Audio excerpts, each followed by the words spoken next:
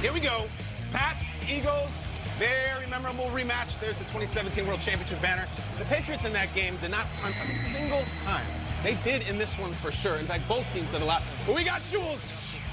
Backwards pass, forward pass. That's a pretty good one. This is not one of those wide open super trick plays. He threaded the needle there.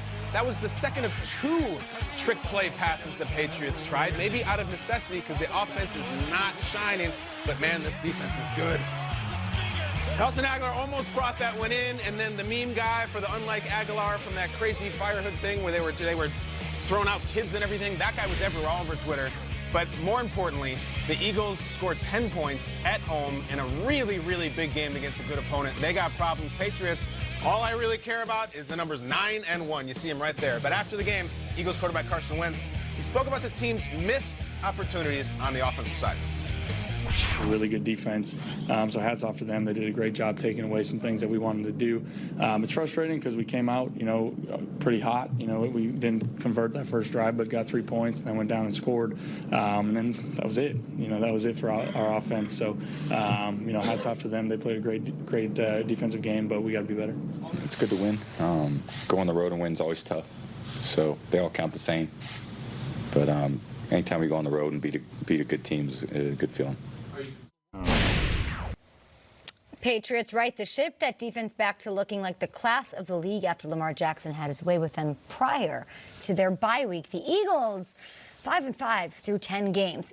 Even though you talk about the receivers, they might not be an elite group, but they are still so talented top to bottom. This team, should we consider them underachievers? I have a fan tweeting our shows. It's the Eagles super fan saying, I'm sad about my Eagles. What do we need to do? Underachievers is difficult when they have all these injuries, right? I mean, it's been Deshaun Jackson's been out, and then yet last year it was Alshon Jeffrey, and they're starting running back Jordan Howard. And yet, I think we all thought the Eagles would be in the Super Bowl conversation going into this season. The roster was loaded. And so many times last night, we're watching this game, and it's like Wentz is driving them, and they just can't score. Now, I get it. There's injuries, there's problems. But a lot of teams have injuries. So are they underachievers? If you ask an Eagles fan, 5-5 going into Week 12, yeah, it's an underachievement. They showed how good they could be by getting up to that 10-zip lead yesterday. They can do it, and I like their schedule. Along the way, they only played 2 teams with winning records the rest of the way. You look over the Cowboys' schedule, woof, woof, woof, woof, woof. Yeah, and they had an opportunity to win this game. Even in that first half, Wentz had a fumble, and then there was a bobbled snap, and I'm thinking to myself, right before halftime, it's like you're trying to give this away. But yet and still in the fourth quarter, Wentz is out there doing everything that he can, puts the ball in perfect placement back in the end zone. Nelson Aguilar can't snatch it down. I'm not going to make excuses for guys being injured because that's every single team at this point in the year. Are they underachievers, Kay? Yeah, they're too talented and the coach is too good. They shouldn't be at this position this season sitting at 5-5. This is the time I'm supposed to start screaming and making Rocky references and never give up and there's no easy way. I can't do it. I did that a couple years ago because it was genuine and I really felt like they had the thing. There's nothing that's showing me right now that this team has the future where they're going to get there. And the biggest problem is I still think they're going to have a date of destiny with the Cowboys. I still think they will. Week 16. The Cowboys own them right now. 4 in a row, complete shellacking last time out. If they give me a little bit, I'll get in the Ferrari with Balboa. But until then, I'm still Adrian screaming down the stairs. You can't win. Someone on this offense has to step up because they're not going to take down those teams in the NFC playing like this. That's right. Speaking of the Cowboys, let's get to these highlights right here. It's the Cowboys against my Lions in Detroit. And, of course, it's hip to be fit. Doing a little hip twist right there, the Dak dance. You guys remember that campaign for gym class when we were younger? All right, there it is. Presidential Fitness Award, pet board. Hard, man. Dak sure was. He had to do 1,000 sit-ups in 60 seconds. It's easier to get a gold medal Come on. that thing. Randall Cobb, 19-yard touchdown. But how about this? Throwing it to Zeke. Zeke puts one arm on the ground and keeps his balance. He gets in. And then what does he do? He does his little Dak dance because everybody's doing it. I'm just waiting for the Migos to put it in the video and then to be really official. Or Post Malone. Yeah, Post Malone. That'd be good. He loves the Cowboys, of course. Ezekiel Elliott, he's doing his thing, showing his quarterback some love. And there it is. The Cowboys, they win this one in a close one. The Lions, they fall a little bit. But this is a 35-27 victory for the Cowboys. Zeke paying tribute to his quarterback on the field. And he did it after the game as well. I don't know, man. Something's clicking. Something's clicking there. He's throwing the out the ball, and I mean, we got a bunch of weapons on the outside that he can throw it to, and it's hard for defense to stop him. So we keep that thing rolling. Dak Prescott has put up numbers that we haven't seen from him in his career. He actually has more than 400 pass yards, This was amazing, those passing games. More than anybody, guys, in the NFL this year. It's pretty amazing. Leads the league. 444 yards yesterday. In May, Stephen Jones called Zeke the straw that stirs the drink for the Cowboys. Have we seen a bit of a passing of the torch from Zeke back to Dak Prescott, Amari Cooper, little Randall Cobb, little Michael Gallup?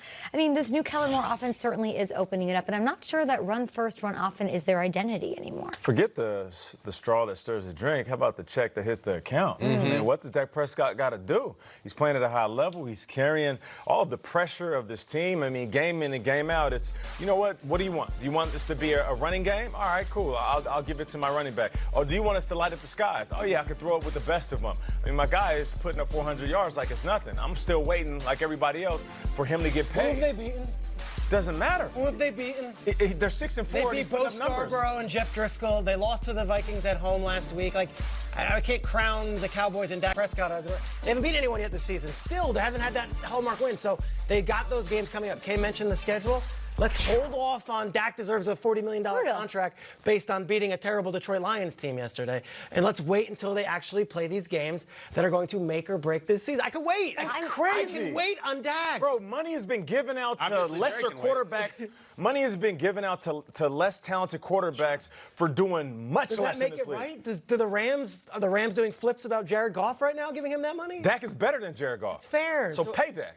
Name another guy. Dak is better than Jimmy Garoppolo. So pay Dak. Dak is better than Carson Wentz. Why don't the Cowboys right now? Do you know that Shrug emoji. Dak had to throw over 400 yards and 3 touchdowns to beat Bo Scarborough, the 6'1" guy, finally given a shot, and Jeff Driscoll? It's the defense that we need to be looking at, not the offense. That's clicking, that's working.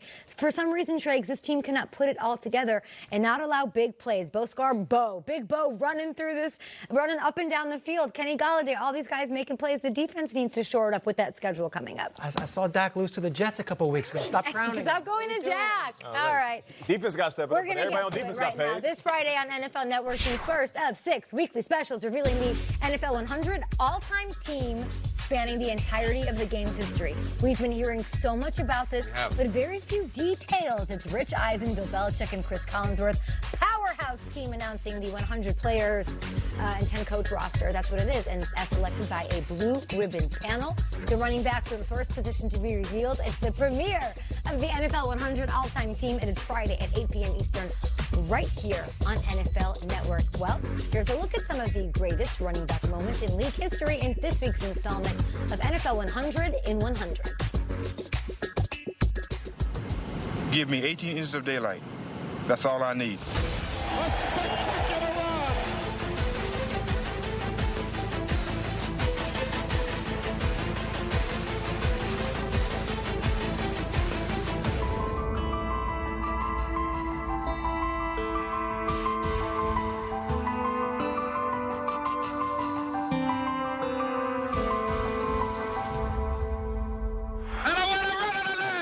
Just keep matriculating the ball down the field, boys.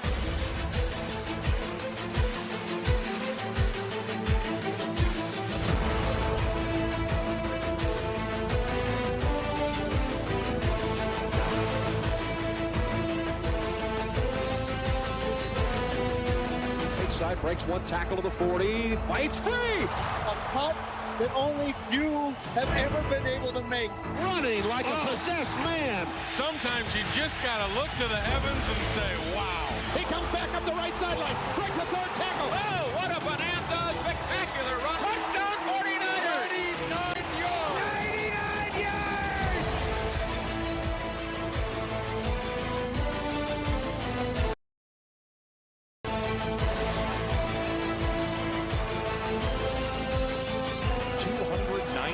Yards for Adrian Peterson. 2,000 yards. And a brand new single-season rushing record. Emmitt Smith has eclipsed Walter Payton as the NFL's all-time rushing leader. Long live the king.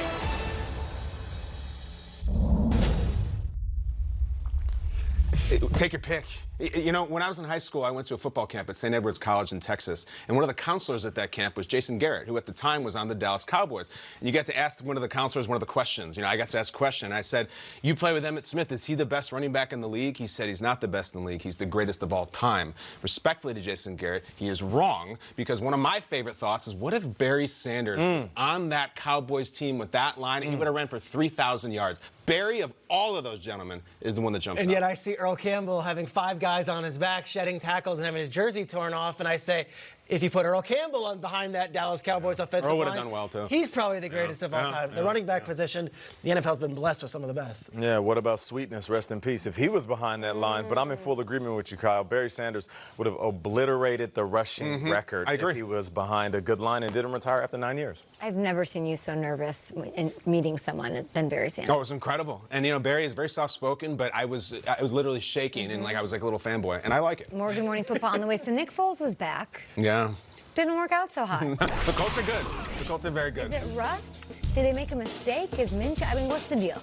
He needs jean shorts, Kay. Okay, needs jean shorts. Shorts on deck. And the Niners needed a clutch final drive from Jimmy Garoppolo. They got it. He was put to the test. The thing we all needed to see, we saw.